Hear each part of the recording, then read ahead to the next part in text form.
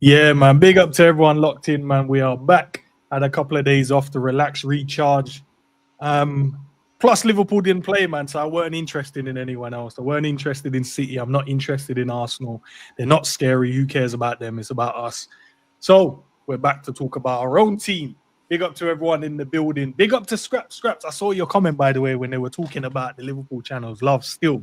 Because the rest of these, man, none of them, man, they're Liverpool channels, by the way. They always, kissing ass to the other channels. But what are you talking about? I want to know. Oh, okay. Oh, sorry. I didn't. Oh, we share it. Okay. Nah, they were talking about, like, who's they, bless? The channel we was watching, bro. Who's they? Bro, you sound like the Illuminati, bro. Who's they, bless? And them. They and them, you remember? Yeah, bro. Nah, I was watching Hissam's channel. And the man them were talking about, like, content, Liverpool content, who Callum rates. But Callum said he wouldn't share online, then he would share offline, which I think is dope. But I already know he's top 3. You know what I mean? I got the insider scoop, but I won't share it online either.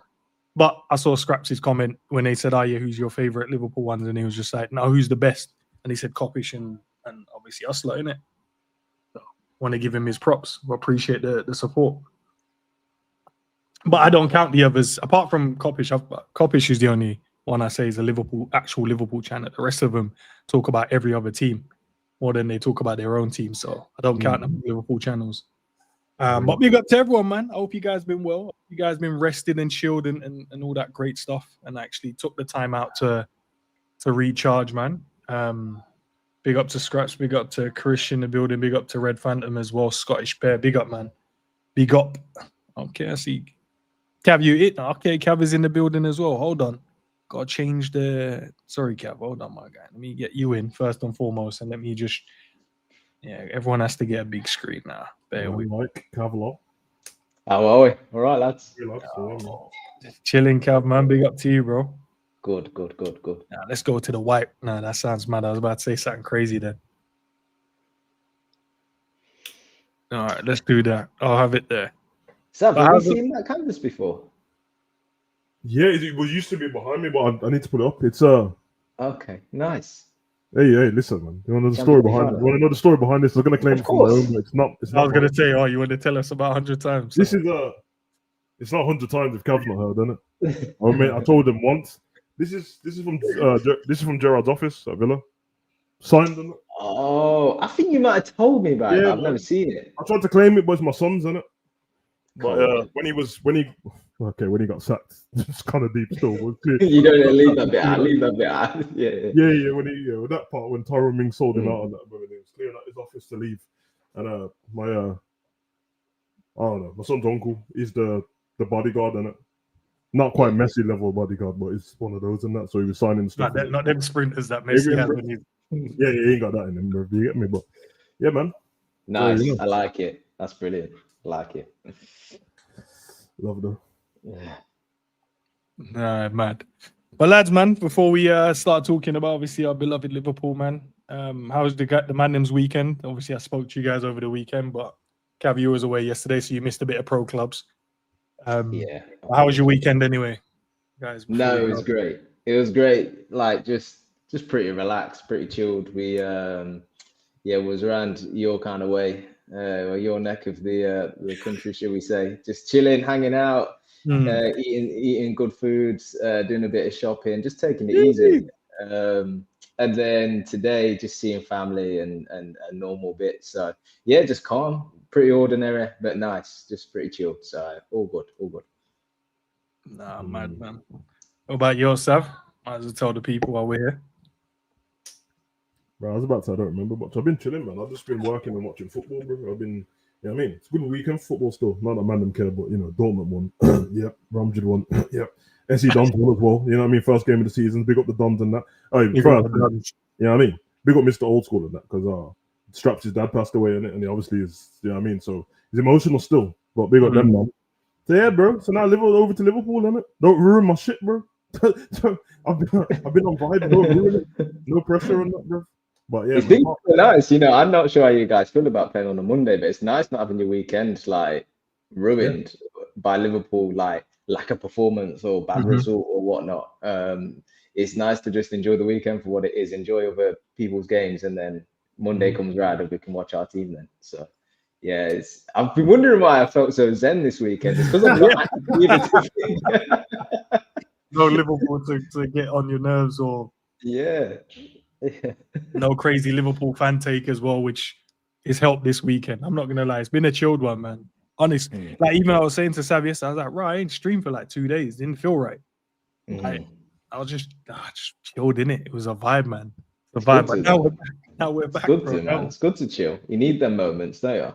Just to unwind, relax, enjoy the simple things, and then get back to business. Yeah, man. Even EastEnders has days off and that, bro. They're not every day. No, it's true, bro. You get me?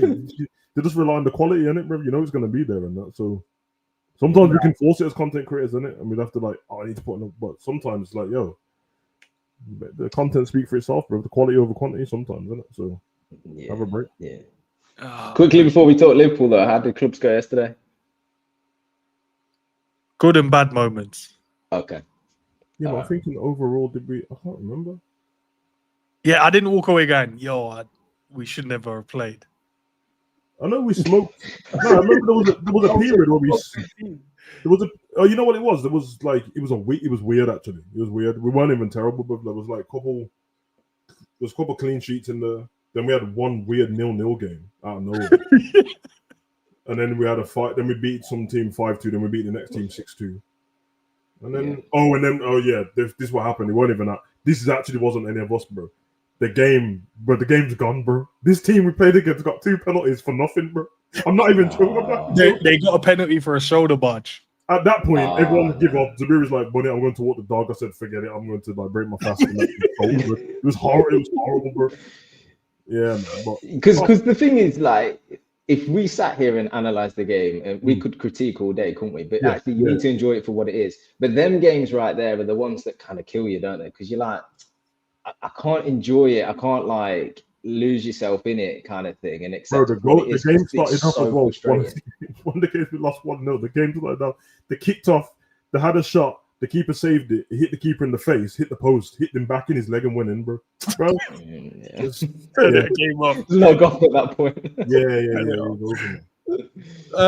Well, listen, let's go into our beloved team, man. I'll go into the transfer speculation stuff first, and then I'll go into the conversations in terms of questions I've got from what I've kind of seen online, and I'll get you guys to give me your take on it. So the first one would be Alexander Isak.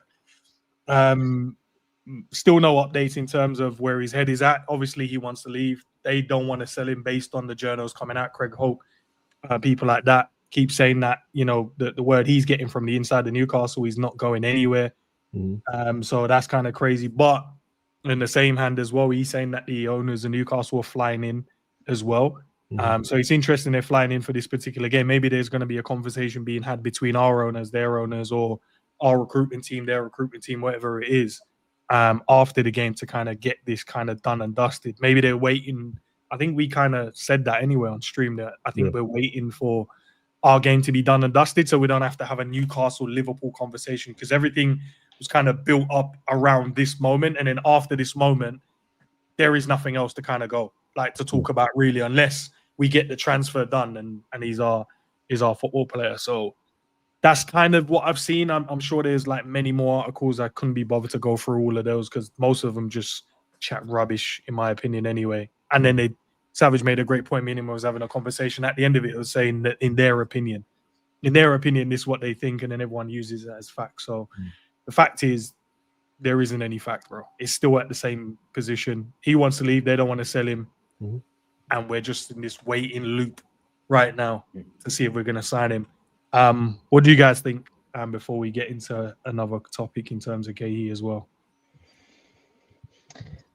I'm not sure how you guys feel. I know everybody has a bit of a different take on this, but I just feel like as we near the end of the transfer window, it just looks less and less likely. And I know people like to convince themselves, Liverpool fans like to convince themselves that there is no way back for Isak. But reality, I think, is that if they don't sell him because they can't get their players in and it doesn't facilitate his move to Liverpool, he'll just integrate it one way or another. They'll integrate it back into that squad. And I think it could be similar to like Coutinho, where it's like, what choice you got? Get on with it, play football. The next opportunity to go is January. We'll look at it closer to then. but you can't do what you're doing for like the next 6 months. So I think in all likelihood now, based on the information that we've got in front of us, I think that's the most likely thing. I think that he's going to end up staying. I think he's going to end up just one way or another being integrated back into the team. And as soon as he starts scoring goals, Newcastle fans are just going to forget it all, to be honest with you. Like, and very quickly they'll be more focused on the team trying to win, and they don't care whether what's gone before, as long as he's scoring and they're winning games. So I know the next conversation is where it leaves us, but concerned, to be honest with you, because of our lack of options then up front and how we get around that. Having seen some of the teams play now a couple of times and how strong they look and how set up they look and the depth that they've got, it's kind of put more onus into our thoughts about, damn, this is a need to get this player. So I'm like everybody else, hoping that Newcastle can sort their business out so we can get him. But I must admit, hope is dwindling at this point. I don't think it happens, if I'm being honest with you. But it can very quickly change tomorrow with a report that gets released by a journalist. So just where I stand at the minute with it and what I think is likely to happen, I think he stays at Newcastle, to be honest. No, that's a great point, the way you put it as well. It could be. He can get back into the team, and you're right. I don't think we're going to see him for 6 months deciding he doesn't want to play at all and just sit around doing nothing. Benefits nobody. Even if he still wanted to come to Liverpool in January and that's what he's done, it ain't going to put him in a good position, because suddenly then Liverpool got to have the thought that they've not got at the minute as to he's not played for 6 months. How long does he need to get up to speed and integrate in the squad? League title could be over by then. And then you're looking at, you should have just left him at the team anyway then, because he's no use to us if he's not fit, hasn't played, no rhythm, and then he might come and because he hasn't played, pick up injuries, and then exactly a different kind of thing. What about you, Seb, man? What about you at the moment with this? I think he's staying at Newcastle. Happy to be wrong, of course, but yeah, I feel it's what Gav said, to be honest, man. I don't think there's no going back business. Even if he ends up going to Liverpool, then whatever, run it. But I don't think there is this no going back. It's football at the end of the day. Football fans are pretty fickle. One goal changes everything. Yeah, I mean, one goal and a little humble celebration, a couple prayer hands and that. Touch the badge, don't kiss it. Yeah, I mean, point to the heart and that. Yeah, bro, that's all it is at St. James's. They'll be back on it, bro, because at the end of the day, man, they just want to be successful in it as a football club. So people change their mind all the time. And these same Newcastle fans, I'm not dissing them, by the way, but this did happen when they had Mike Ashley and they were screwing about all of that business and that. And it's like, we're a family club and the heart and soul of the club and all that business. And brother, all the morals and all that went out the window with the Saudi owners. I saw them wearing the headscarf thing and they were drinking beer at the same time. That whole shit was haram, blood. It was haram in the middle of the They didn't care. You know what I mean? So, like, football fans are fickle. Liverpool fans were the same, bro. As soon as they thought that Qatar owners were taking over, all of a sudden it's like, well, it's not that bad. Yeah, nobody, bro. So that's the thing, man. There ain't much morals in football, really, and that. So he can definitely integrate himself back into the squad. And the reason why I just think he's staying, because we don't really get much information coming from our club. I've not seen another bid for him or anything like that. It's all gone a bit quiet, which probably benefits Newcastle anyway. I don't know if it's gone quiet because this game's coming up and they don't want to, you know what I mean, cause any problems. So I think he's staying at Newcastle. Obviously, I don't think he's going to stay there forever. I think he'll stay, sign a new contract, buyout clause, and he'll go next season. That's what I think what will happen. Mm-hmm. Is that too long to wait though, as well? For who? For us? For us to wait for. It's only long for us to. It's only long to wait for us. I mean, for us to wait is if that's the only striker we want, which is a bit silly. But, and some of the reports are saying it's Isak and no one. But listen, that's what Slot the man wants. Crazy to me. It should be someone else as well. Yeah, I don't think he's still going to be a top class player next season, and it's so like. But the only difference is then when there's a buyout clause, and then he has the pick of a bunch, and all the teams have won stuff and gained more money, and their PSRs a year on. Then you'll find out that, like, because let's not fool ourselves on that. He's dreaming to play for Liverpool, bro. It might be now, but it wasn't last season. The whole time we've seen him been linked to Arsenal, so he wanted to go. So for all I know, bro, Arsenal don't buy anyone else. They've got Eze now, Sal Martin in that season. You know what I mean? Who knows? Or there's Barca, all these teams. So Bayern Munich, Kane's another season down. You know what I mean? So I wouldn't be. The buyout clause will cause that kind of problem. But hey, man, we'll see what happens, bro. Yeah, he even if he doesn't do the whole buying into the family club, he doesn't even need to apologize. He can just literally say, "Look, I'm here to the end of the season now. It is what it is. Just treat me like a worker. I'll turn up. I'll do my job. I'll score the goals. But I ain't going to try and convince you that I want to stay here because obviously you know I don't. And that will be enough as well. So there is that way back for him. And like you say, Sav, next if it January and if it goes to next summer, completely different landscapes for every club. So, you know, like you say, PSR, understanding your finances, how much you can spend. Another year on for Newcastle, it benefits them because they can start to move more pieces to enable them to generate the revenue in the club to be able to spend the money they've clearly got. And all these things, you know, they can put plans in place. You know, they can put release clauses in. The release clause can be exclusive to European clubs and all these kinds of things. In no way does it really benefit Liverpool, to be honest. The only way Liverpool can come out of this in a better situation is if they've got an alternative option to this player. You know, because if it's Isak or nothing and it goes to January, it goes to the summer, I can't see that working in Liverpool's favour, to be honest with you. And we've spoken so much about the recruitment early on in the window for Liverpool and how good it is, and actually some of the money we've got for some players that are left as well, and that's brilliant. But if we don't get this deal over the line, and if we don't get somebody else, I think the whole outlook of the summer could be very different. Like we could have some brilliant signings, which we do, can't deny that.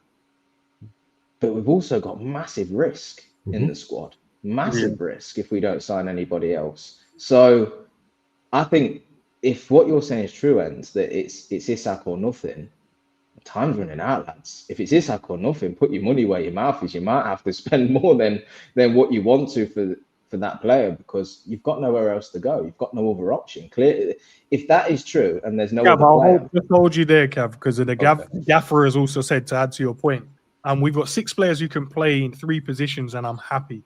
And then he went on to naming like Frimpong when he's fit, he can play on the right. He went, bro. Remember when I said solutions within, bro? So exactly what Sav said, Cav. He's gone and said there is players that can play in different positions if we don't go and get Isak. On some sides, Cav, some will say he's saying it just to save face. On some sides, they're saying we're saying that because we don't want to up the price, we don't want to look desperate, stuff like that. And I get that part of the business.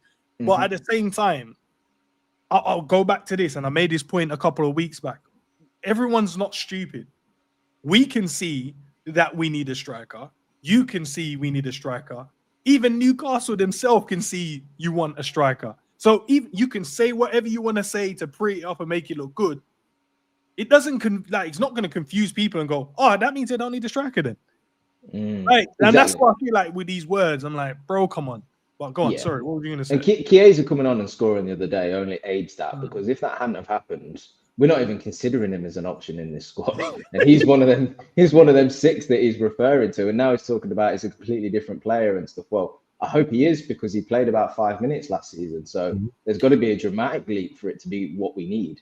But look, Arne Slot is a very refreshing manager to listen to because he speaks very honestly a lot of the times. But actually, this is probably an occasion where he's probably saying the right thing for the club in terms of getting the business done right. But we all, like you said, we're not stupid. We know it's not true. And yes, that Gakpo can go into that position. Wirtz could do a false 9. Salah could go central and whatnot. Yeah, technically they can. If you could put them on the team sheet in that position. Liverpool have enough quality to win games, but is it enough to win a league title or a Champions League? I don't think any of us can convince ourselves that a team with Salah, you know, in the middle now is going to be enough.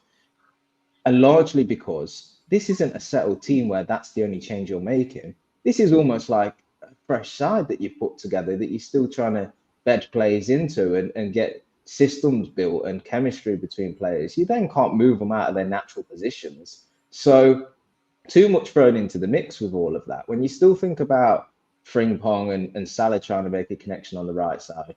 Bradley to come back in and how differently he'll play to Frimpong. Kirk's trying to find a relationship with the forward, and Virgil is his next, the player next to him. The midfield that's, still got to sort of find its feet with following Verts in there. Ekitike's done brilliantly, but there's going to be games where he still looks like, oh yeah, he's new, isn't he? He's got to still find a way of making this particular game work. There's so much going on, so much change at Liverpool, that then if you're starting to find a solution because to fill a hole with your lack of a number 9, and that solution is moving those players that are still trying to find their feet in the team and get set in the team with the players around them, you're actually going to then move their position, not permanently, but 1 week, and then the next week they go back to their position, and the next week they go back to the position, or you play 3 games a week and you've rotated so much that they're playing 2-3 positions. For me, it's not stable enough to go and win a league title or a Champions League. So that's where I can't be convinced by that. And that's where I'd be concerned about it. Yeah, having flexibility is brilliant, but you need structure as well. And at the minute, I think there's too many new players for us to start even considering that. I think he said that because of the business side of what we're trying to do at the minute. But footballing wise, don't work for me. You guys might feel different, but it doesn't work for me. Right. Sticking with that kind of thought, right? I had a few questions I wanted to kind of get to you guys and to the chat as well to see where their heads are at. Because I feel like these conversations sometimes are needed to have instead of blowing smoke and us pretending the team is kind of ready to go and win stuff, which at one point it did look that way. But now because of us selling so many players as well, now you're coming to realization there's players within the squad you'd say some sections don't really trust. Some are pretending they trust now because, like you said, the Chiesa thing, we tried to fight Chiesa's case, but we knew the manager didn't really like him because he didn't really play him when he was fit. So the one goal isn't going to change my theory on, oh, now you trust Chiesa. But he's also said, now Chiesa is a different player. I'm like, so what player did you have last year compared to the player you have this year? The same player you left out of the tour, by the way. So in my mind, that was you saying, he's not a part of what we're planning to do going forward. So the words don't make sense. Things are not adding up to us. Well, for me anyway, personally. So I want to ask you guys on the panel, and I also want to ask the guys in the chat as well. Do you guys trust the current squad to bring the Premier League back home?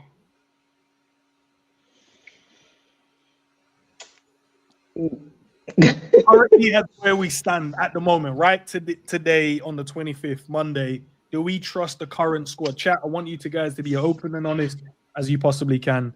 What you guys think as well. Do we trust the current squad to bring this Premier League back home again? No. I don't. I think listen, man, I'm sorry to say this, but a lot of last season was us being good and everyone else being shit, bro. And now I got to deal with us making changes to the squad. Can't even tell if it's for the better at the moment, and possibly other teams getting better, which is likely, even if it's not all of them.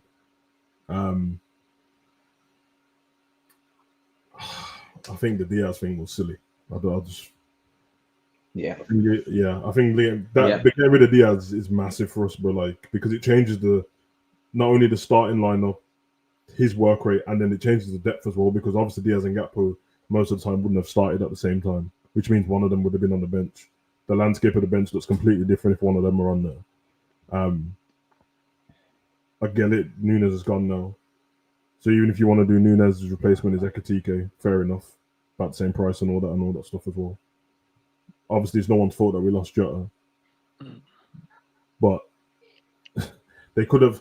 This is what I'm saying about this not having any... I never thought that we'd have Isak in the first place. When this window started, he was not even a thought in my mind, because I just never thought Liverpool would ever buy someone like that.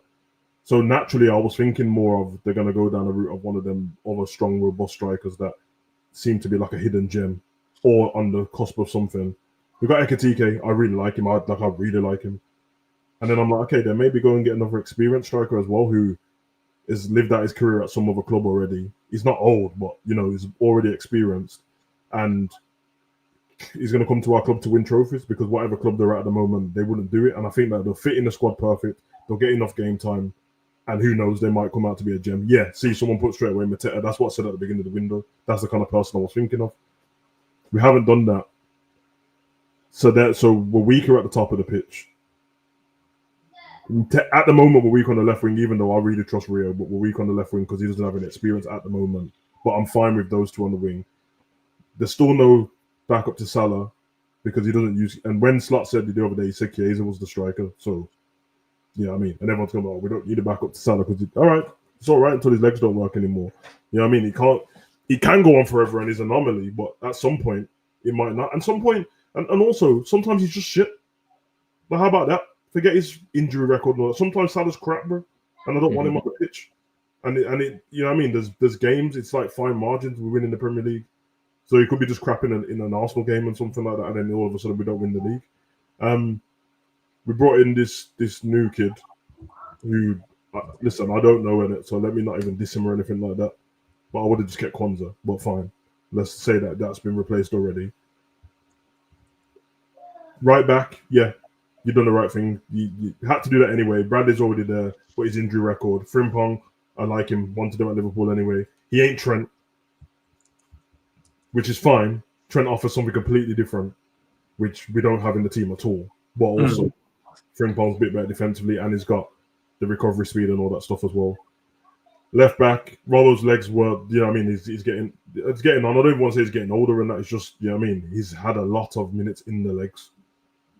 And then obviously you don't want to use Tsimikas, and you got this guy in who I don't really think that much of, to be honest. But I'll wait and see if he's all right.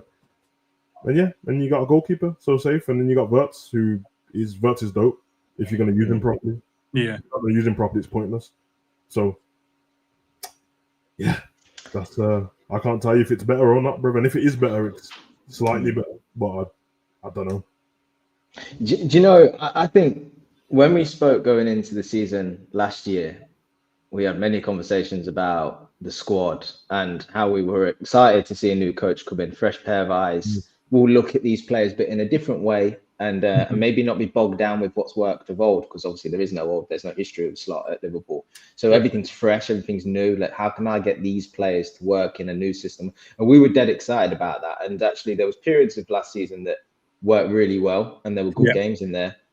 But there are also periods where we heavily relied on just quality that the players have in moments.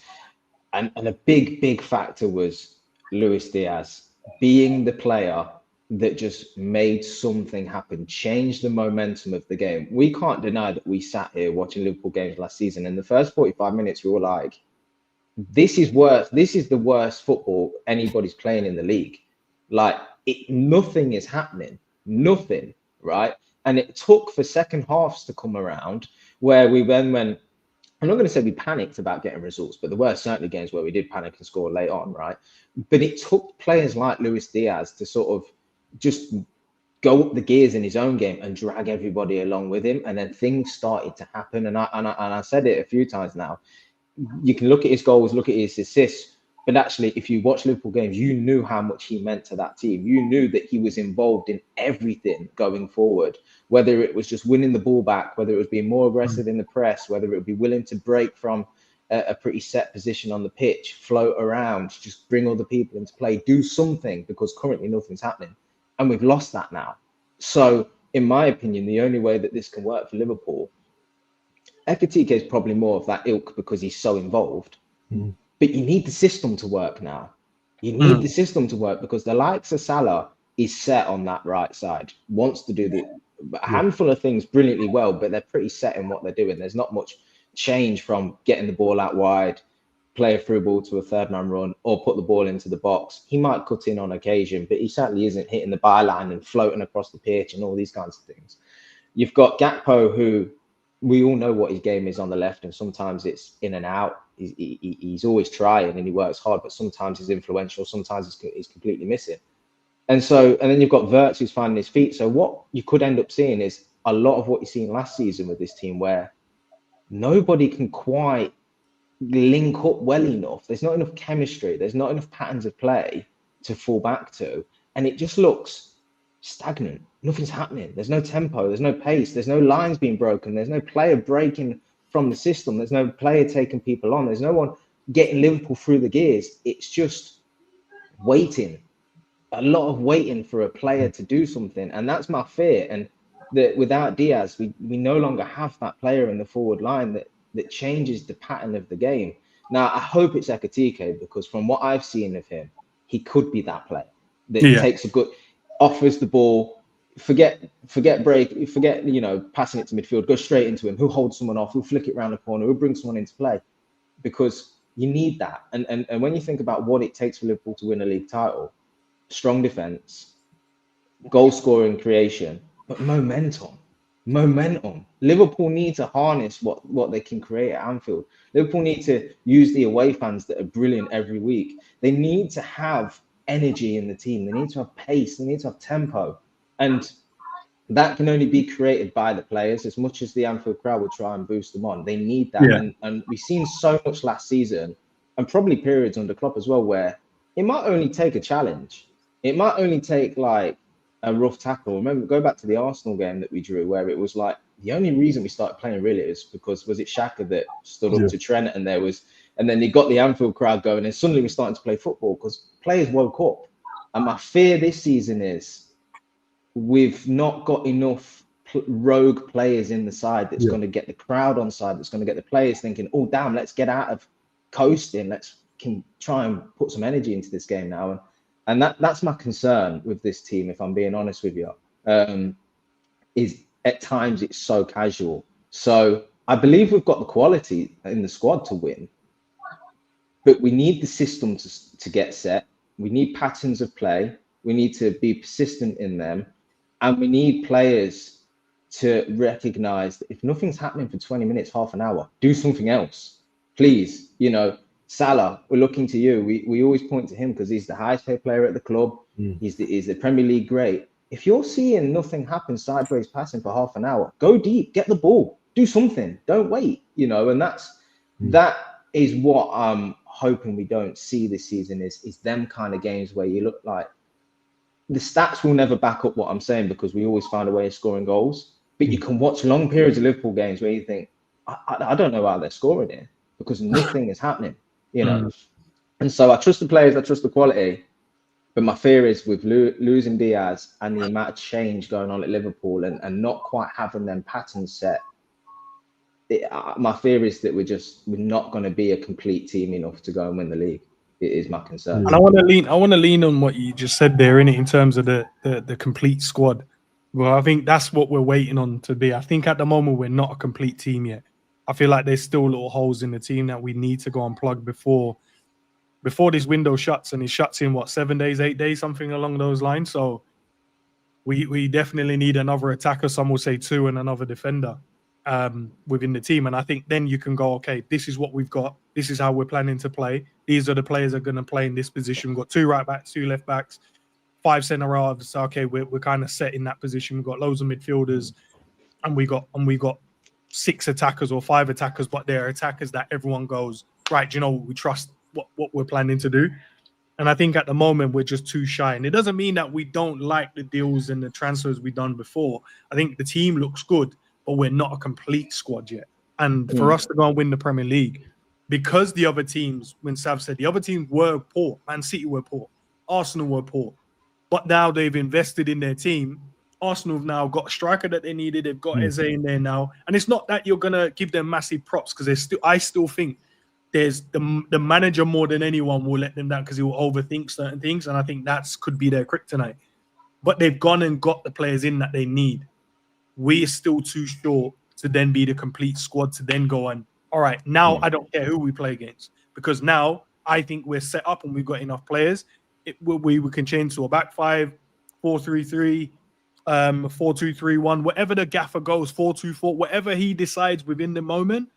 I'm like, we've got the players to go and do that. I don't want to see us go with 2 up front. Mo Salah is there, or Chiesa is there. Like, they're not, for me, they're not strikers, but can they play there? Yeah, every footballer you could put them in a position like that, you know, as long as they understand it. If you tell me, lads, we're behind in the game, throw a Ekatike on and Isak up top. Let's just do that. 4-4-2, run it. I'm there for that. But this is where getting fresh faces in the door is always great, because they don't come with that like baggage of the Liverpool way. They come with the freedom and the fearlessness that I feel we need at times. You know, sometimes it feels too regimented, too structured. That's well, like Real, man. Real yeah, exactly.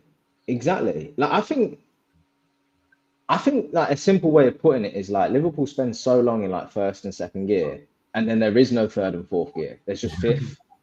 Do you know what I mean? So it's all or nothing. And I think Liverpool's fifth gear, when they're playing at their very best and the momentum's behind them, I actually think they are the best team in the league.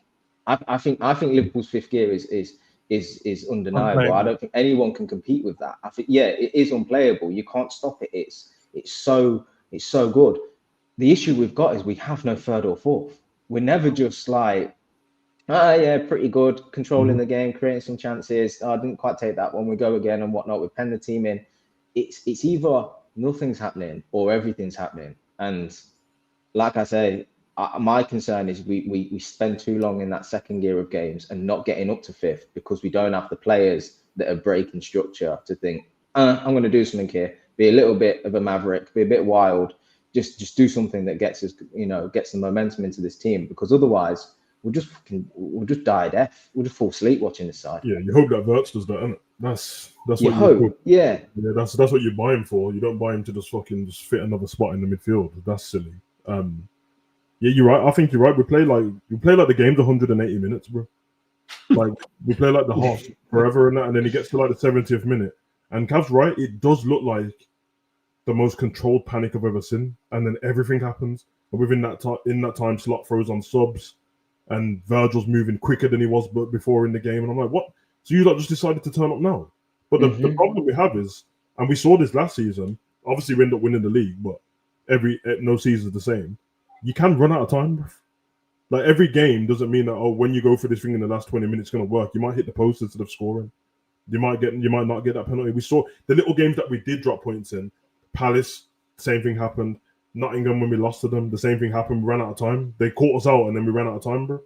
Another 5-10 minutes in that game probably would have got back in the game and won it, bro. But then teams will sit back and they know what's coming, and then it's gone. Everton, the same thing happened, and that tried to do that. Tarkowski scored, and we couldn't get back in after that. It was done. And these are fine margins. And when I say about the other teams getting better, it's not so much they're going to be consistently better throughout the whole season, but we got to play them teams. Even them just being better against us makes a massive difference. Yeah. So I do worry about them situations. I feel like our midfield, with all due respect to them, individually they're all like top players and that, but it feels like they don't know what they're doing. Like it doesn't feel like they're playing together as a midfield. It feels like they're three individuals in the midfield. Just doing combination needs to be right, isn't it? There's nothing between them. There's no patterns. I don't know what they're going to do. I don't think they know what they're going to do at all. Gravenberch is the only person I can actually read on likelihood of what he's going to do. So I don't know what's going on there. And then we got everything at the top of the pitch. And then again, I don't want to keep repeating myself, but it's very unbalanced, isn't it? So I don't know. But Cav's right, man. There's going to have to be somebody. Again, it should be Wirtz, bro. Like that's what you got brought for, to be the maverick. If Slot's going to let him be the maverick, that is. And then I do believe in Ekatika as well. But again, that's why I like Rio, because it's so unpredictable. It's not that he needs to start games and that, but everyone else is very predictable. So we went from the Athletic Club game that I went and watched back some of the watch along we did, me and Sam.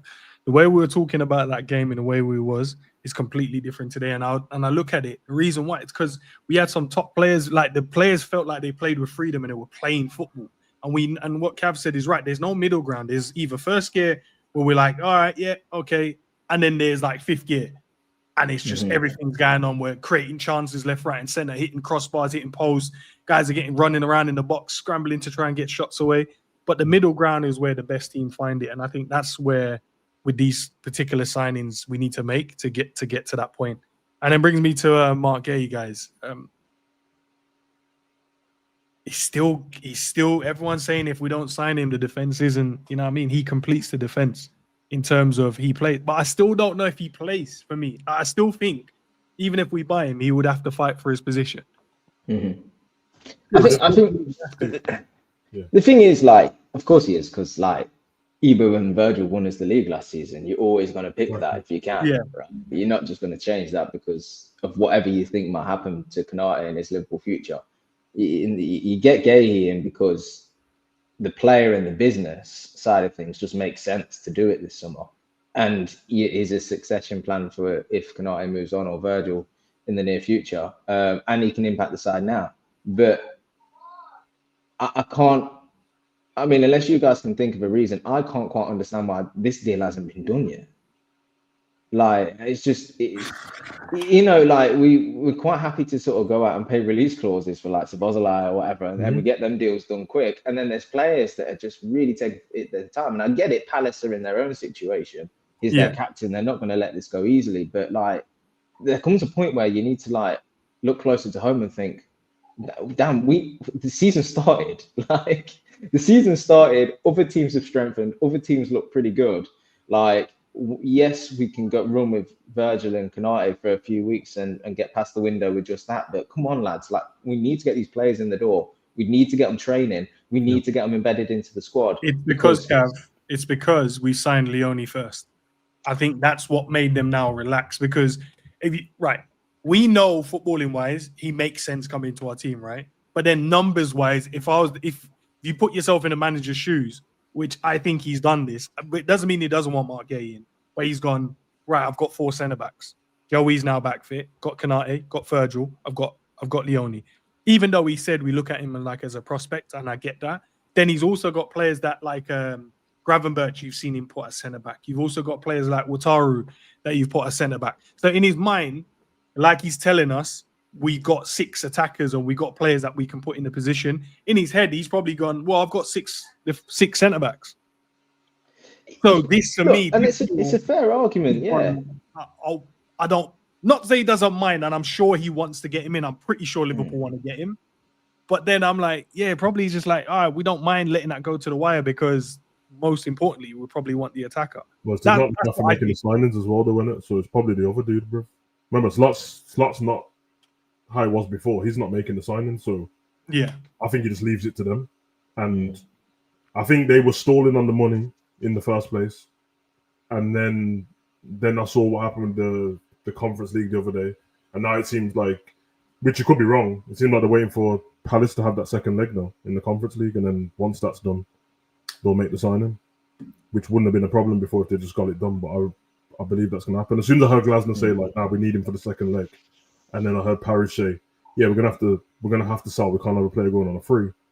Because you make the maths of it of what you will. I think that's what's going to happen. But for Cav's point, they still could have done this before even Palace even got the court case sorted and stuff. It could have been done.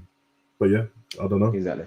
I mean, I'm just talking from a very, very Liverpool biased point of view. I want Liverpool to win the league, and right now I see a brilliant squad, and I love all our players genuinely. But like, too much to still figure out is my concern. And will we figure it out early enough to win the games, to be in the hunt? Because when you think about the team, Wirtz finding his feet, Kirkes finding his feet, Frimpong, bags of energy, looks great at times. But would you say he really fits the system at the minute? Nah, it looks a bit all over the place, to be honest with you. Ekitike's done brilliantly coming in, but he can only play 60 minutes, it seems, at the minute. So then you're thinking, but we're into the league season now. Yeah, that's what I'm saying. But there's no time. We've started exactly. So I almost want us to just get the players, get the transfer window out of the way, and get to coaching quick. Let's figure this out. Let's get the patterns of play. Let's get a set side. Let's get that tempo going, because we need to win the games now. Like, bro, we can't assume.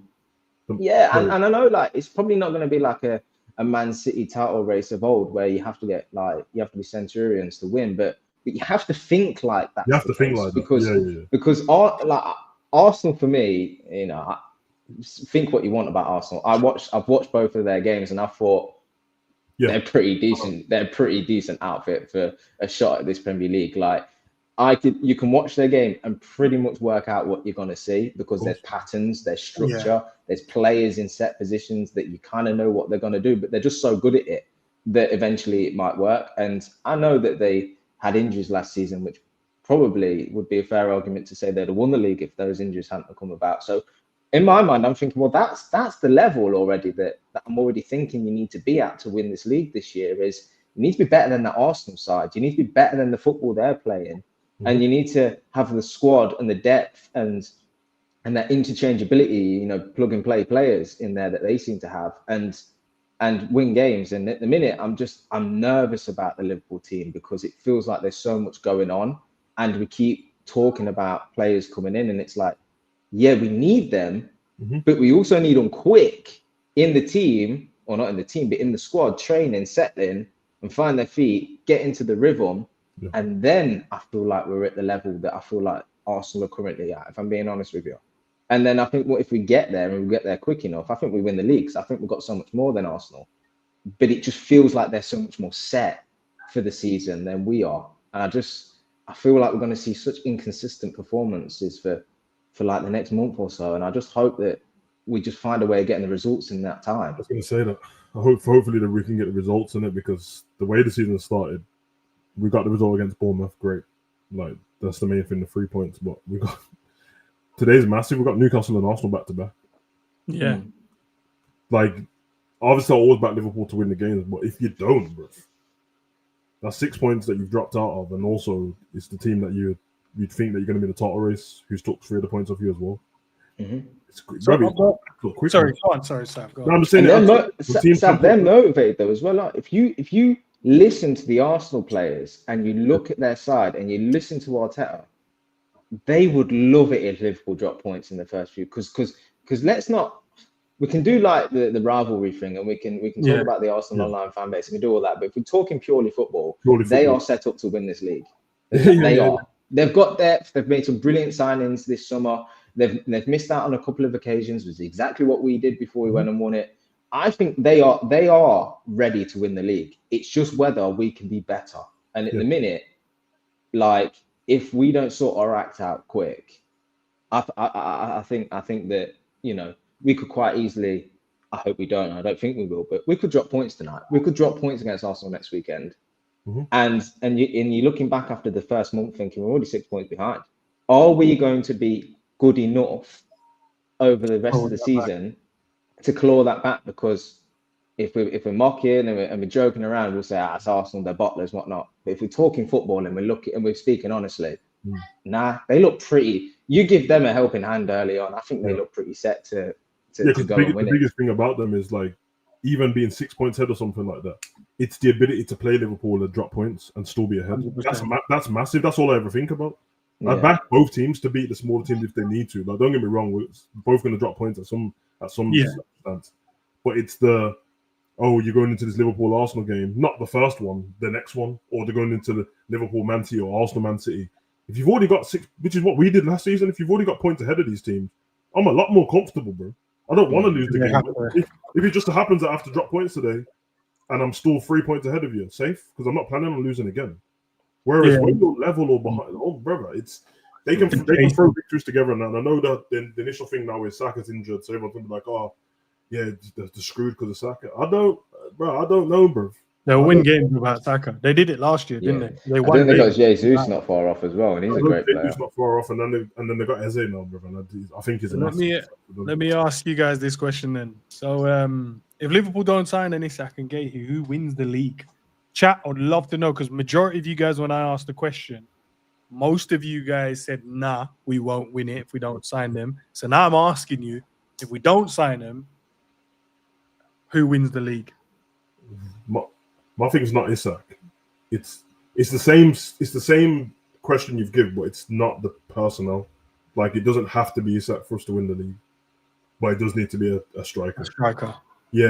Like, I don't think it has to be Isak. And obviously, he makes a massive difference, but I think it just needs to be a striker of some kind of quality, and then a backup, even if it's just to account for whatever. Because for all I know, people might just stay fitter than I'm used to them staying fit, and then it doesn't matter in the end. But you need to have them there on it, because it's them periods, man. It's not so much the Prem. If we was in the Prem on its own and in no other trophies and that, I'll be fine with us, bro. But it's that period, man. That Christmas period comes and you've got like the Prem and then Champions League and the Prem again and Champions League, and then you get to January and they're throwing the FA Cup in there as well. And then if you do well in the League Cup, they start moving your games, and now you got like a Tuesday game, bro. That's what I'm thinking about. The depth kicks in then, and I don't know if our depth's strong enough at that point. And if your depth's not strong enough at that point, then at least hope that your depth defensively is great. Then you might be able to scratch wins, and I don't think ours is, bro. That's where Arsenal have the edge over us. Defensively, they've got bare defenders and they're trying to buy another one. Yeah. That's what it is, man. If one of their defenders drop out, they can play their left back, centre back. Both of them. They can both, their left back and right back both can play centre back, bro. Instantly. Yeah. You know what I mean? They lost Saliba for a bit last season. I don't rate him as much as everyone else did, but he's good. They lost Gabriel for a bit last season as well. So obviously, it's all hypothetical because they could lose their players and we keep ours, or vice versa, and that. But yeah, I'm with Cav, man. Like, I don't really I never even argue with Arsenal fans. I don't care about them enough, bro. But I like proper football conversation, and I can't not. I see football in my eyes, and I know what's going on. And no, people don't like Arteta because he talks and that. But yeah, when I watch them, I'm just watching them grind teams down and that, bro. And that thing what they did to Leeds on the weekend, it's not like I've not seen them do that before. Yeah. And then everyone jokes about their set pieces and that. The joke's on us, bro. It's not on them. I don't know why everyone thinks it's a this. Oh, you do score goals from set pieces. Yeah, great. Oh, can we take 5 of them? Can we score 5 from set pieces all season? Might win us the league, bro.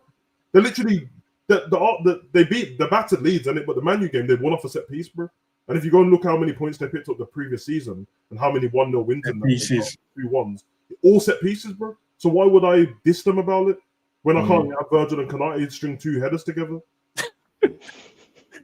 I think so many as well, but they man them don't want to stop, bro. I think yeah, look, I don't want to repeat it. It's very early on in the season, and I think Arsenal look like they've started well. They scored a set piece against United, grounded out a result. Even though United they had some good moments. They had some good moments, to be fair. Leeds is an easy fixture at home, granted, but they dealt with it. They're confident. They look like they've made some good signings. They've got the depth. They've got a solid defense. They can score from set pieces. Of course, it depends how long Saka's out. Like any side, if you lose your best performer, if we lost Salah, it'd impact us. So it remains to be seen. But they just look a little bit more set at the start of the season. That being said, Slot, we like to think, is this technical, tactical master. He's a head coach. He's not a manager. We just said that he's not the guy doing the signings, or obviously be part of the conversation, but that's not his job. It's not what Klopp was doing, where he's fucking having to cook the dinners and everything as well. It's no. This is the side you've got. Make this work. And if he can do that, then of course we've got so much quality. We've got, you get Liverpool fans convinced that they're winning the shot with the title race, and you make Anfield loud, and the players have got chemistry and patterns of play and all that kind of stuff. And yes, of course we can win the league. Of course we can. But we need to make sure that we sign a striker, like Sab said, because even if Ekitike stays injury-free for the whole season, he's not going to play 65 games, 90 minutes. It's not going to happen. So you have to have another option. And like I said before, I don't want the other option to be shoehorning another player from a different position in there and coming up with a completely different tactic, because I don't think that's good enough to win the league. I don't think you can do that with the amount of games that we play. We're going to literally go for 4 trophies again this season. Is having one striker good enough? No, it's not. It's simple. No matter how much you like the other players and rate the other players, you can't have that amount of depth in that position. You need a backup. We've always had another backup, whether it's Origi or whoever. You need somebody else, like, just to step in for them games. So we need that. Guehi is probably one you could get away with, to be fair. Like, you've brought somebody in already. You hope that Konate has a similar season to last time out, where he's fit for the majority of it, and then you're good to go. But the biggest thing for me is getting these players settled quick, because we've took out 2 starters, and now let's not Diaz wanted to go. We wish him well. He's started well at Bayern. We spoke about him earlier. Trent's gone as well, and I know we're not allowed. It's a taboo name now, and we don't. And he was on the bench and played 3 minutes for Madrid last night. But we can't deny he was a starter for us. He was set in that team. He knew what his task was. Yes, it had some flaws on the defending side of things at times, but he was set. He was cemented. You knew what you was going to get from him. And then, and he influenced the side. There were games where through his passing and breaking lines or just driving to the box or whatever it was, it influenced us in a positive way overall over the course of that season. We've lost that now. So if you're going to make it up with Jeremy Frimpong in a different way, that's great. But that can only happen if he finds his feet and he gets settled and he learns about the players around him. He can't do it on his own. So it's just crucial that we get the likes of Kerkez and Frimpong and Wirtz into this system, settled, working, functioning, and then we can feel more confident about this side. But until that happens, it just looks like a completely new team at times that doesn't really know what it's doing, and it's going to rely on its ability to win games, and that can only go on for so long. So, as it stands, I'm still gonna believe we can win the league, because I had the evidence last year saying the same thing, that if we have this manager that looks at the squad and gets it right, we can win a league. So I've already got the evidence he can do that. But can he do it again, back to second time around, back to back? I hope so. I hope so. But just need to see. So we need to see something from tonight's game, is what I would say. Just bringing it back to the next fixture. Like, we need to see some patterns. I know it's Arsenal. I know it's Newcastle. I know we're all saying it's going to be like a tough battle and it's going to be aggressive and this and that. Yeah, but also, like you said the other day, Sav, we are champions. We are technically great footballers. Can we play some football, please? Can we see some patterns? Can we see some link up? Can we see the stuff of champions even this early on? Okay, if you end up drawing the game, but actually you could see something more in it, fine, so be it. But I don't want to watch us. First of all, I don't want to watch us get bullied, but I also don't want us to put our foot over the ball and do nothing for 40 minutes. Yeah, that's my I don't want to see that again. I want to see the development where, okay, we didn't score in the first half, but we were working the ball. It was moving. We were creating chances. And not only did we create a chance, but actually we created a chance again and kept the pressure on for the next 15 minutes. Not, the chance came sporadically over the course of 45 minutes because Salah whipped in a great ball and that was it. No, let's see some patterns now. I know we can talk about how early it is in the season, but we've just had a pre-season. No, I'm with you. We just spent 2 months together, like training football every single day. Come on, let's see some patterns. Let's see some. I want to see some understanding from that back four as well, because man, they need to. Yeah, I mean, I don't know if Kerkez knows what we're doing yet, but Kirk is still confused in that. I'm actually not even trying. I don't rate him as much as everyone else does, but I'm not trying to blame him either, because coming into a new squad, he was playing a certain way at Bournemouth. He definitely knew what he was doing at Bournemouth. We played different, clearly. He didn't do inverted stuff at Bournemouth, so I don't know why you brought somebody who doesn't do that to do something new when you've never seen him do it before. So you need to explain to him, innit, and get that home, bro. That's your job as a coach, bro. You know what I mean? Take a little time. I'm sure they will. Yeah, but we don't have time. I'm sorry. I know what everyone's saying. We don't have time, bro. It's one of those, bro. Like, okay. Sorry to cut across through this, Sam. Do you think then, obviously us as fans, what we expect, the expectation for the team is to go and retain the Premier League and possibly win the Champions League based around the signings we've made so far? You'd say that is it. Or internally, do you think the guys are going, this is the rebuild season because we are a year ahead of progression where we were just, hear me out. Maybe that's what they're looking at the squad as. We're going to get all the guys out that we don't want. We're going to get guys in that we do want, but we'll try and win. But if we don't win, this is the season we use to embed everyone in. And then going next season is where we kickstart and we actually go full throttle. So my question is, are we like conflating our expectation to what potentially the club's expectation is within the moment? When you say God, wait. When you say guys, when you say guys, you can't be talking about the team, innit? You're obviously talking about the manager. There's no way the players are thinking. No, Sav, I'm not saying. No. I didn't stand around in the rain for 7 hours, blood. If I have to like, next season we don't want another one. No, Sav, I'm not saying that personally they don't want another one. I'm trying to see, right? Because at the moment, all of us sitting here expect the team to go and do well. Everyone, I think, in the chat would expect the team to go and do well. But at the same time, I'm looking at the team rebuilding the squad. For all of that to work, every one of the players have to gel. Like what Cav was saying, we need to get these players in so they can be coached and trained and get used to the team. But if we're getting all the old players out and getting all these new players in, there will be moments when the team isn't looking good. And if all the other teams that are set to go and win it now, like an Arsenal, for an example, we could potentially look at this season as just, okay, cool, chalk it down to we're building again. Let me just tell you something. If that, I mean this. Clip it, say whatever. If you're talking about slot thinking that, get him out now, bro. Now, blood, like now, today, before the Newcastle game, bro. That, bro. We're Liverpool, bro. That can't be a thing. But Sav, I get it. But a rebuild is when you buy multiple. Like, if your squad is ready, you just plug players in. You go and get what you need. At the moment, we've gone to get a left back. We've gone to get a right back. We're going to try and sign 2 centre backs. We're going to sign 2 forwards. We're potentially going to sign another winger. We signed we signed him last season. He's now in the team. That doesn't say to me that a team is ready to win now. That says rebuild.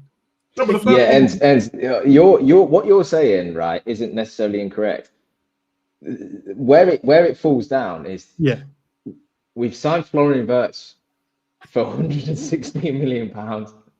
Like, he's young, but he's played a lot of games. We've signed Kirkes, who's now an experienced Premier League left back.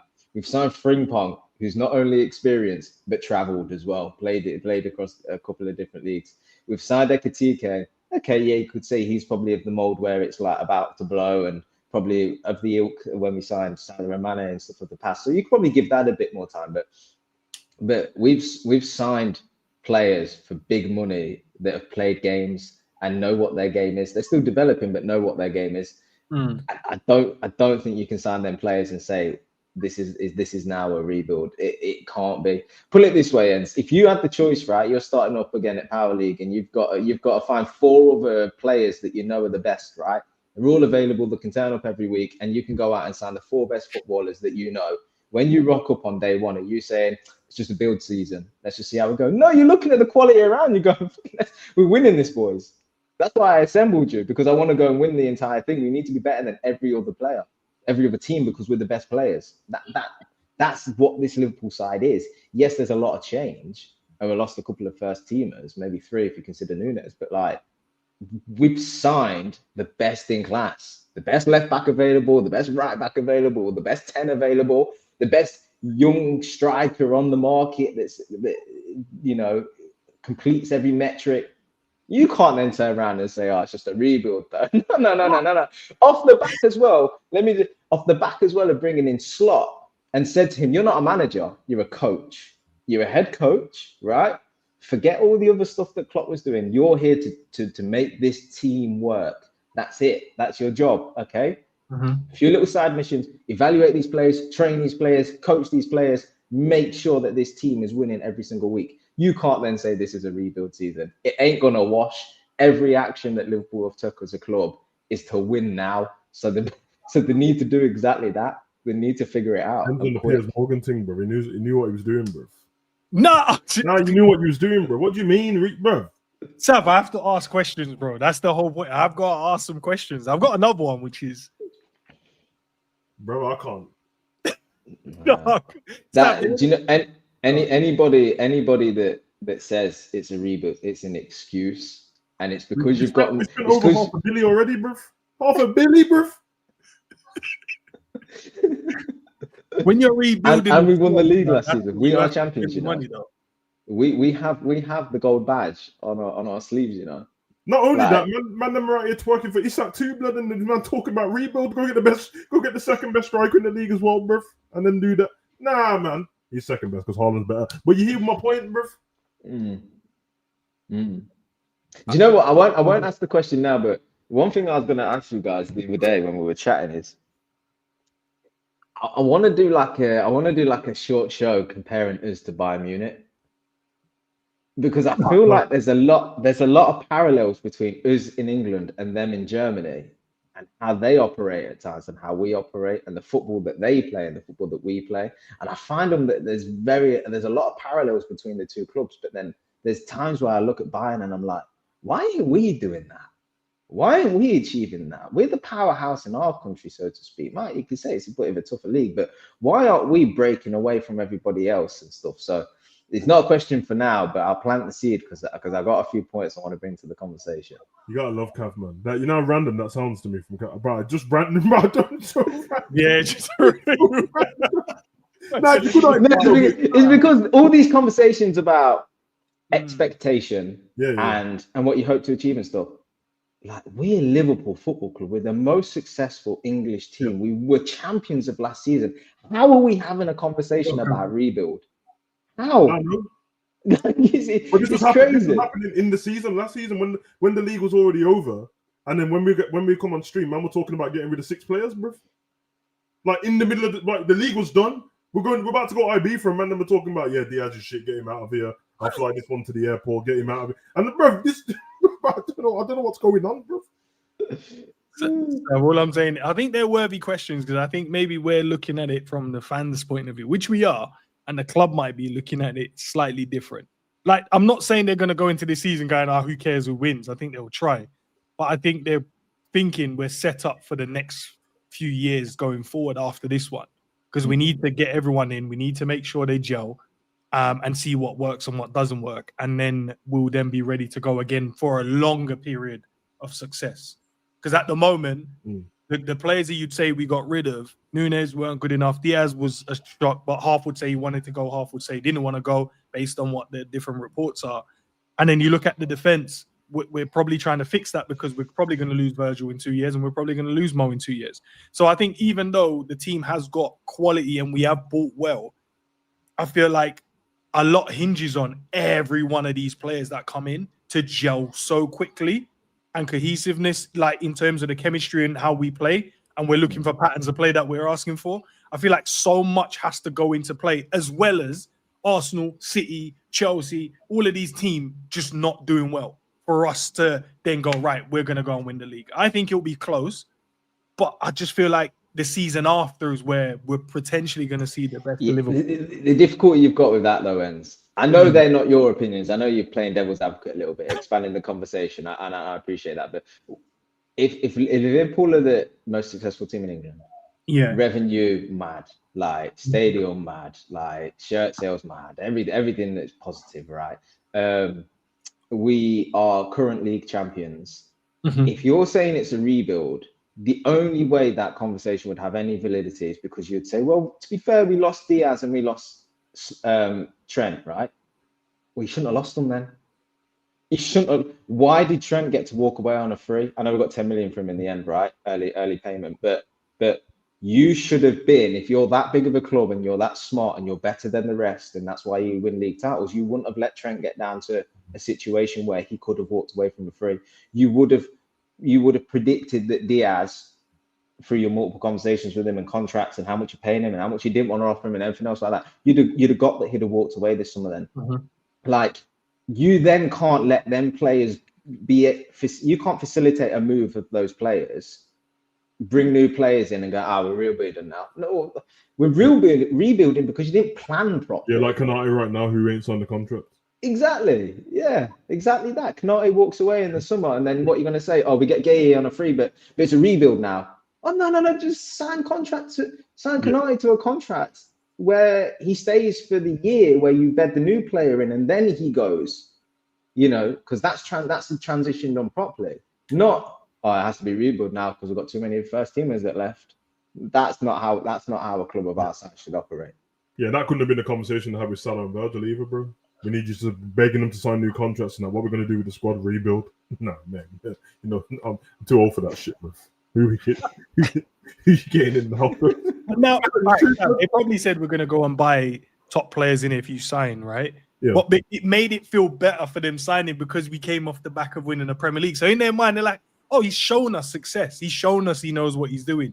He's shown us that he's capable of going to win the Premier League. So in their mind, they're coming off. If we came off the back of not winning the Premier League, that conversation in terms of, we're going to go on, they would have been like, yeah, but you didn't really win the league. You ain't shocked. Because they've shown, I think the conversation was a lot more easier than what we probably think it was.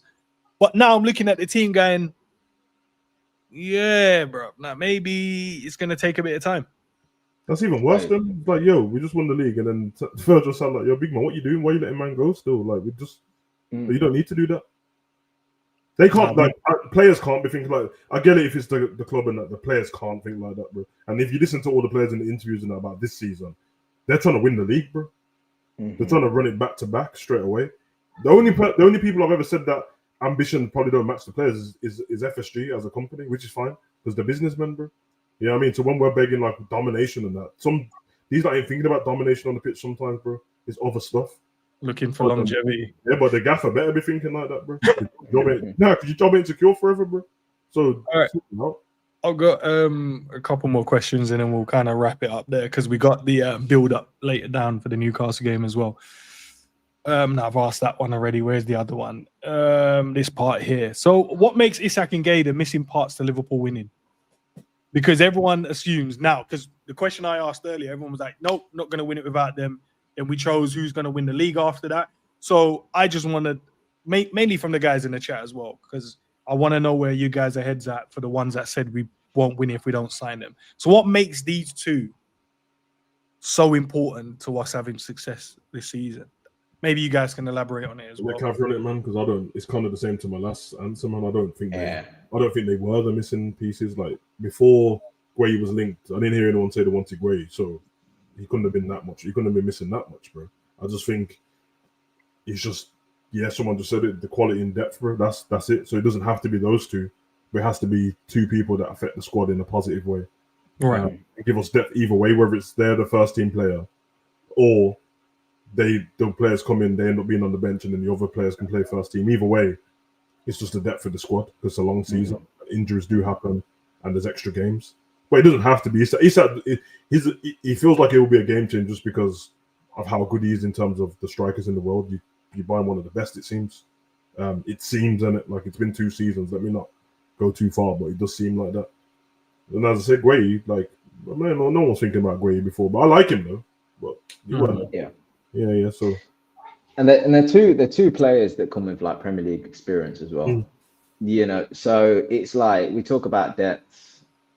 I know technically it is depth, but they're gonna play though. I think often when we use the word depth, we often talk about players that can step in when needed. Well, these are more than needed, to be honest with you, especially in the case of Isak, because there are games where someone needs to play because Ekitike isn't going to be there 65 times this season. So there are going to be 25 games where you need another alternative. And I think I was reading some of the quotes that Wirtz was saying about when he spoke to Slot and he was convinced from the first conversation, he said he'd seen me in the 10 position and how I'm going to play in that position and stuff as well. We can't then get like a month into the season and think, Ekitike's not finding his feet or Ekitike's a bit tired. We need to put Wirtz out into the false 9 now. You've completely gone against what you've sold him on. Mm-hmm. So, and best believe when the likes of Diaz is leaving and stuff, there'd be other players coming in there going, well, what's my role now, Gakpo?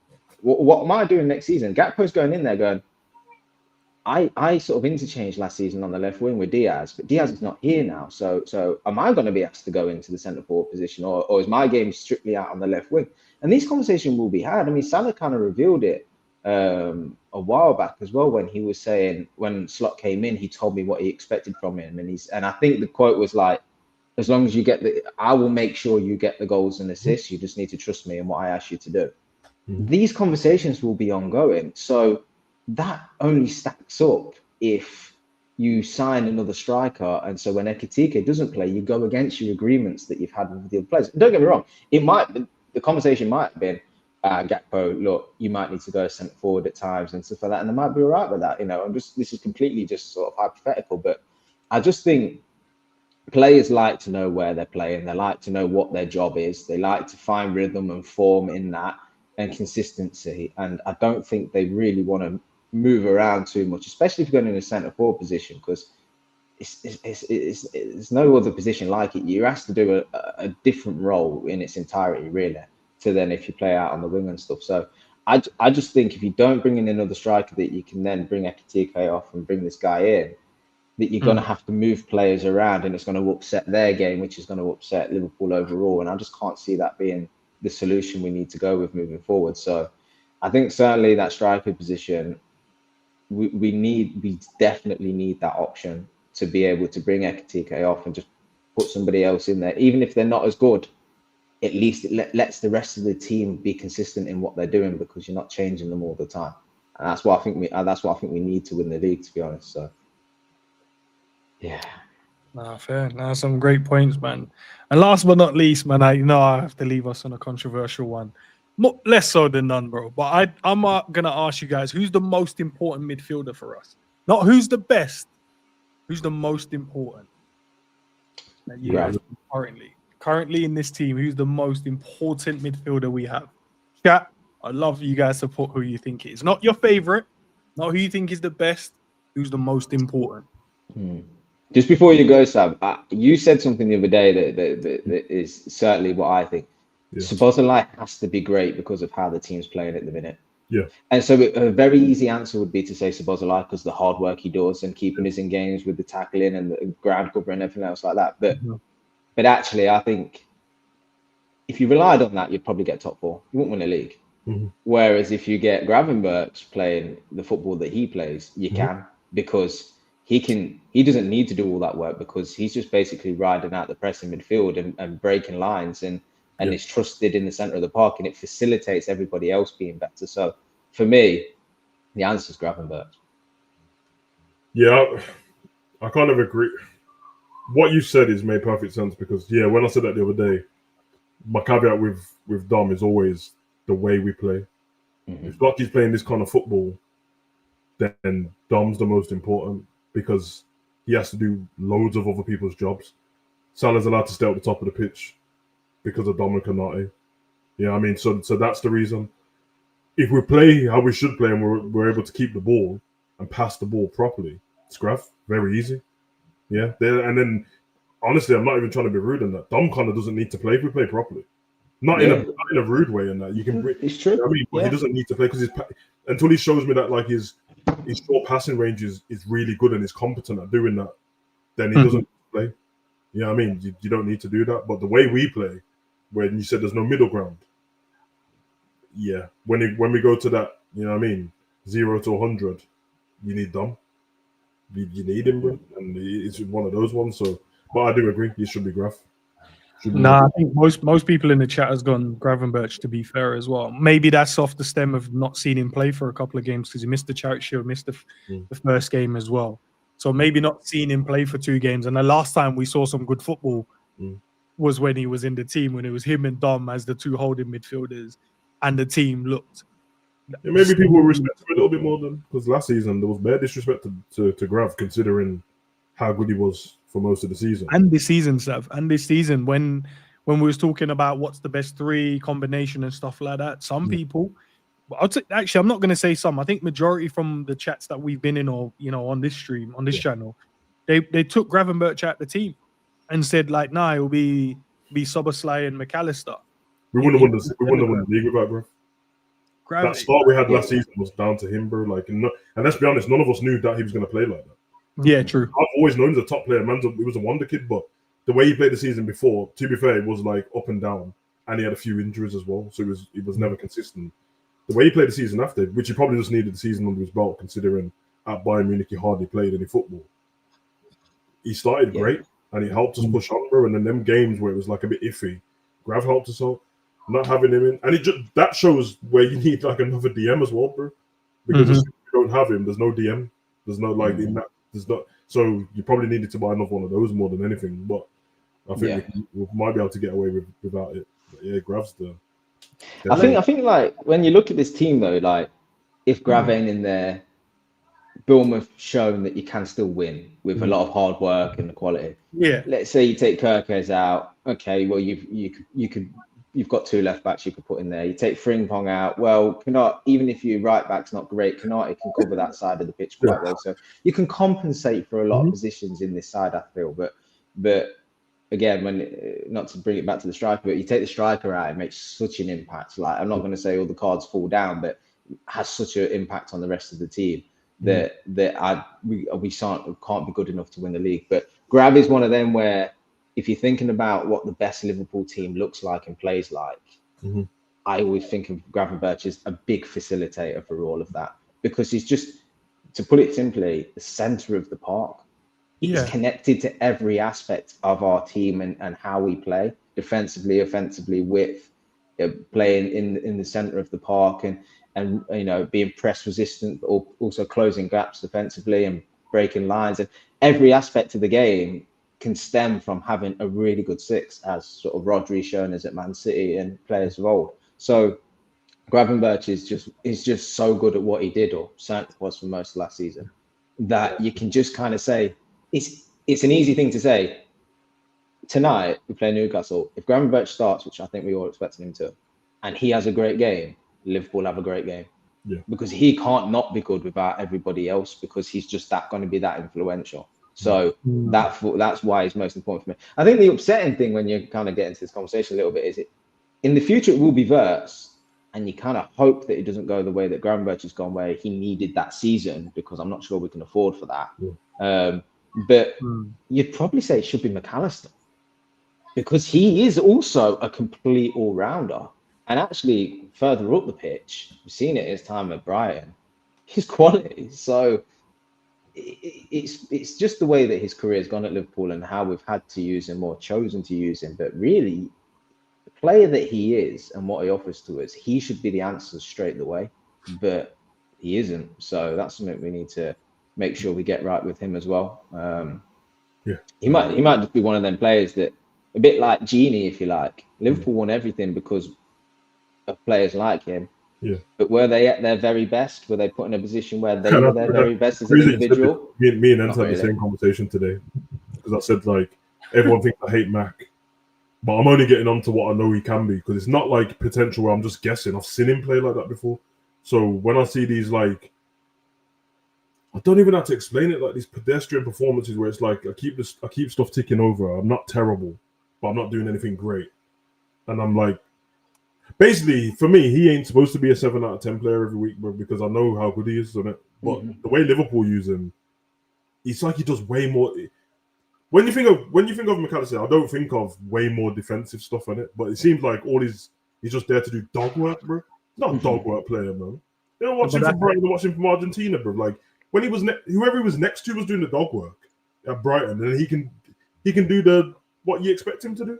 Yeah, it's similar to. I think you're right. I think when players come to our club, the expectation is what they did at their previous club, but we're going to ask them to do a completely different role. It's not going to be the same. Similar to our fullbacks, we know that they're overlapping, marauding fullbacks and get crosses in, but we're pushing them to do the more inverted stuff. And you're like, yeah, but the best out of them is to let them overlap. Like, that's where that's their bread and butter. And I think that's the same. Do you want me? Builders. Sorry, Enz, but I'll ask you this question and I'll make you feel a bit uncomfortable now, right? Should Liverpool have spent 116 million on a 6 and pushed McAllister into the 10? Nah, because I love Florian Wirtz, bro. I love Florian. I know we love these players. Right, I know we love these players that we've signed, and I'm sure it will work out because it's Liverpool, right? And usually they do. But the amount of money we spent, there was other options with that money. No, listen, I hear it. We should have probably gone and got another. But as I said, we've got so many players that can play multiple positions. Like Arne Slot has come to this team, and Klopp has converted everyone into this multifaceted player that they can play 8, 6s, 10s. Wingers can play left and right, and strikers, defenders can play left back, like all over the place. I'm not even, maybe Alisson can play a minute in centre back as well. That's how bad our team is. But I think it's gone against us now, because now when you go, no, we need a DM, the gaffer has gone, well, I can play Sobbo there, Matt can play there, Grav can play there, Endo can play there, Curtis Jones can play there. Like, then it takes away from the need. When we look at the team and go, nah, this squad does need a DM as well. And I think that's the issue with Liverpool. Where other teams, they go, oh, we got a DM, but no one else in the squad can play DM. Like, if that guy's an attacker, he's an attacker. He's not another player that can play 6, 8, and then 10. Do you know what I mean? But it's a plus for us, but it's also a negative as well. Yeah, because it's like a choice. It's a choice to do that when you can buy. When we couldn't buy. Yeah, that's fine. That's what it was before. When we couldn't buy, we couldn't spend as much money. We didn't have that much. Then it's like, well, we need to buy versatile players because we can't afford to have the 2 in every position doing just that job. We can afford it. and now you're splashing the cash on one player here, one player there. Because if you go and buy Isak and that, you broke the transfer record twice in one transfer window, and you're still talking about needing a centre back and a DM and a left winger. How's that possible? Surely you just fix what needs fixing. We've gone for like luxury in that position, which I rate that. But to be fair, what Cav said is what I was saying the whole time before. Put McAllister in the 10. Everyone can disagree or whatever. Wirtz is a top player, bro. But it is a luxury, bro. Because we don't go from like, oh, Dom, you don't really play like a 10. That's the opposite side. And that's how I see it. Like this isn't because Arsenal's got him in that, but people like Eze and all that, I was looking at the whole time. Me and Ente had conversations early in the season, and I was saying I don't want Maddison at Liverpool, but Maddison type players are available. They're great in that position, bro. You just don't get one who's a bit better than him and he's not injured all the time. But you don't need to go and splash the cash because there's plenty of them. Like I know people rate Palmer now, but Chelsea paid 50 mil for him. Yeah, you know what I mean, we've gone and brought he's the most expensive 10 in the world. He's the most expensive 10 in the world, bro. When I think of it now, it's like there's no other 10 that cost that much. He's the guy, bro. He's the guy.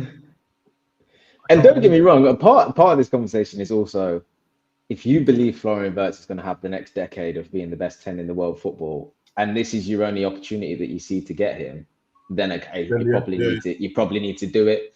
But you've always got to bring it back to, is the team better off? And I genuinely think there's a conversation at the end of this transfer window, looking back, and we can be like, I love that we got FTK, love that we got Wirtz. Yeah, but is the overall squad better?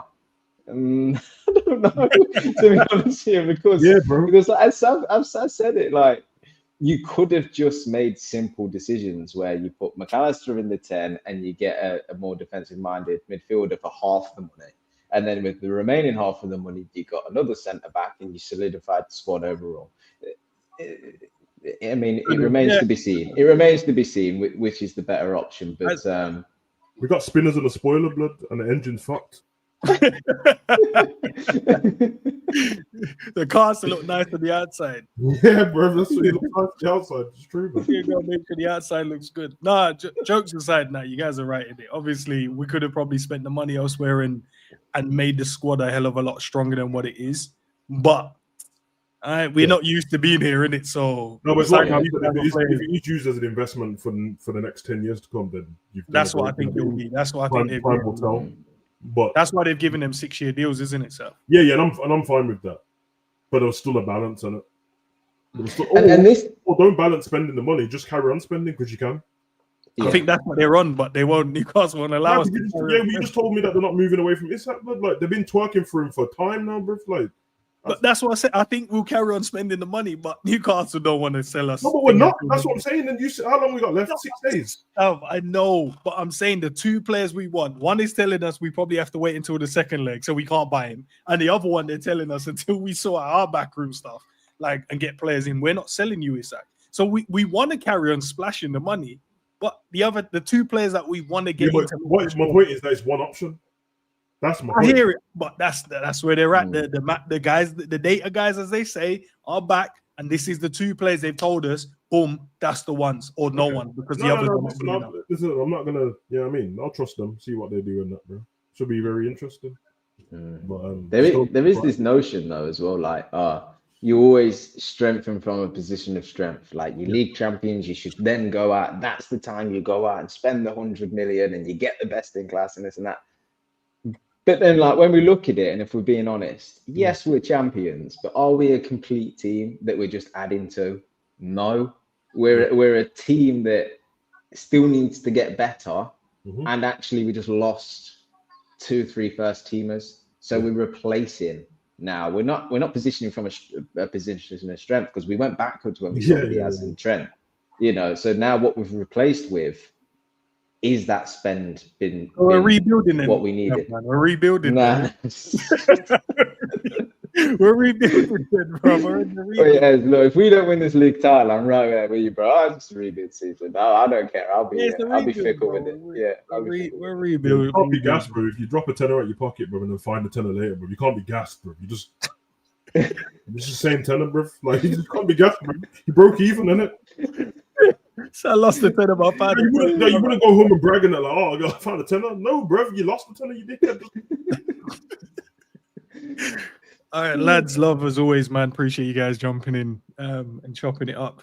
Guys, what we got later, man, we've got the build-up, which is at 7:10 or 7:05 UK time PM.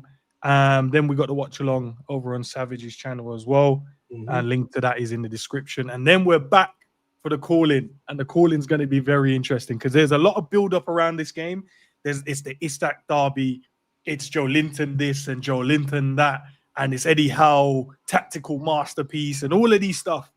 But after the game, I can't wait to hear what you guys think because it should be interesting. Newcastle fans alike, because I've seen a few of you guys in the chat. So if you guys win, jump on the channel, click the link, come in, let us know what you think about the game. Let us know how you feel about the Isak situation. You get 3 minutes, and then the next person will jump in as well. But big up Sav for jumping in. Big up to Cav as well for jumping in. And then, yeah, man, we'll be back later, bro. Should be interesting, man. Should be interesting. I actually can't wait for this game. I need it done and dusted. So it's out the way, and then we can. I can't wait. You know, I probably spoke a bit negatively about Liverpool, but I can't wait to be proven wrong, or not really wrong because I don't doubt them. But I can't wait to see Liverpool rock up to St James's Park and play good football and go, bang, it's clicked, it's worked. Yeah. We're right. We're ready to do it now. You know. That is the beauty. That is the beauty. I'm not waiting. I don't want to be right about stuff I said, just so I can tell everyone I'm right. I want to be wrong, bro. You know what I mean? And then I'll be shameless. Are we able to delete this video? No. Do you know why I wouldn't? Because I think it's conversations that need to be had. I always look at these type of conversations as people think it but don't want to say it out loud. Yeah. And the gaslighting side of it. So now I'd rather have the conversations because later down, people will have these conversations and then they'll be like, oh, it's like I'm telling the truth at the time. Yeah, as long as I'm telling the truth at the time, I don't care, bro. Like, it's not like I'm making stuff up. Currently, based on what I've seen, I think everything got it. If it changes, bro. You know what I mean? It's one of those. So, I talk as if like we're in the boardroom with the rest of the coaches at Liverpool having their genuine conversations about we need to do this about squad, we need to do this, I'm worried about this, what about him? But then when we step out the boardroom, it's everything's sound, man, we're good. We're all right, we do well. Exactly it. And that's so this is the space that we're currently in on this channel when we do these type of podcasts. It's just real conversation, but about a current moment in time where we think we're at. So hopefully the podcasts that are done later on is just full of cooking, you know, all their worries have gone away. They actually worked on something for the past 9 days or however long it's been, and we've sorted it all out. We're going to win the league. It's going to be a breeze, no problem at all. And I tell you why it's important, and maybe I'll take Kobe Maino scratch for the question as well. Why I think the conversations are needed, because I think people then go into the game and have a broader look at the game instead of just win, lose or draw. Because win, lose or draw, then people just make stuff up and just say stuff. Where if you go into the game and you look, okay, we could be better there, we tweak that. I think that's a better combination. I could see the pattern of play there. I can see how we're trying to play on the right. You can see how I can see the defensive structure. So then when we get to have conversation with the guys in the comment section on the call-in, they'll come in and go, right, saw this, saw that, great conversation, didn't like what you said here, but Liverpool proved us right here. That's what I prefer, instead of it just a base conversation of win, lose, and draw, and then your emotions around that, and then you just say stuff around that instead of what we just spoke about. So exactly. It's important. It's important. But let's go, man. Let's go. Let's get out of here. Let's go and chill, relax, and see what the day holds. Later, man. Should be dope. I'm looking forward to the match, bro. I hate waiting until Mondays to watch Liverpool play, but now. So hey, the whole world is going to be on this game right now, guys. Trust me. Someone on their family is watching this game. The dogs are watching it. Cats are everyone. Everyone's going to be watching it. It's the only game left in the Premier League, and it's built around the Isak stuff. I wouldn't be surprised if it doesn't break like some TV record or something for viewership. Hey, this is why you got to love football, though, right? Just all the drama's been built. Like, they ain't had to do much like fucking build up around this. They ain't had to do fucking, sit around and what is it in boxing when they sit across the table and they have to promote all the promotions. So they ain't got to do no promotion for this. Liverpool and Newcastle done the whole. Do you think there's like fire in the promo video? Because when's the promo? I'm even looking forward to. I don't normally watch Sky Sports build-ups anymore, but I'm watching it today. I want to see what's going on, bro. They're gonna show. I told you, bro. They're gonna show the Collymore game from back in the day. Mhm. They're gonna show like the League Cup and that. They're gonna have Dan Burn and Bruno taking out our players in one. I can't wait, bro. I can't wait, bro. Oh, we should like bring us a briefcase and like, yo, we're cashing in the money in the bank. Oh, We're gonna get Isak.